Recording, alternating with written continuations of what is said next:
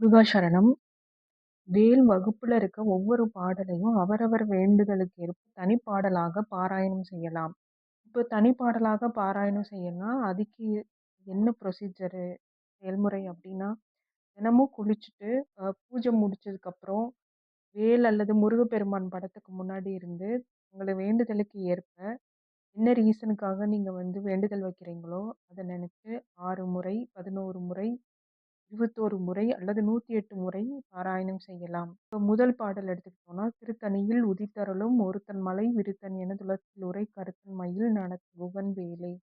இதனுடைய பலன்கள் அப்படின்னா, எல்லா வேண்டுதல்களுக்கும் பாராயணம் செய்யலாம். குழந்தைகள் பாராயணம் செய்யலாம். கோயில்கள்ல பாராயணம் செய்யலாம்.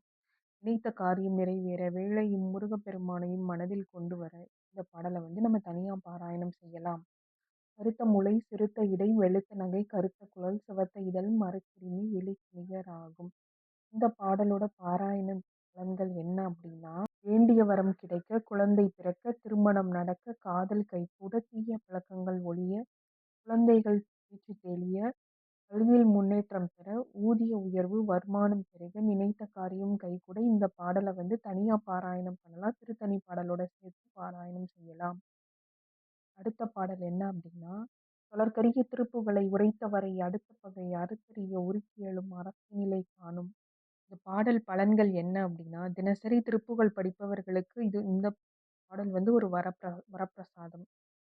தினசரி திருப்புகழ் படிப்பவர்களுக்கு வரப்பிரசாதம் இந்த பாடல். எதிரிகளை சமாளிக்க, பலவகை தொந்தரவு கொடுப்பவர்களிடமிருந்து நம்மளை காத்துக்கொள்ள, வீண் பழியிலிருந்து காத்துக்கொள்ள, வேலிடம் வேண்டும் பாடல்.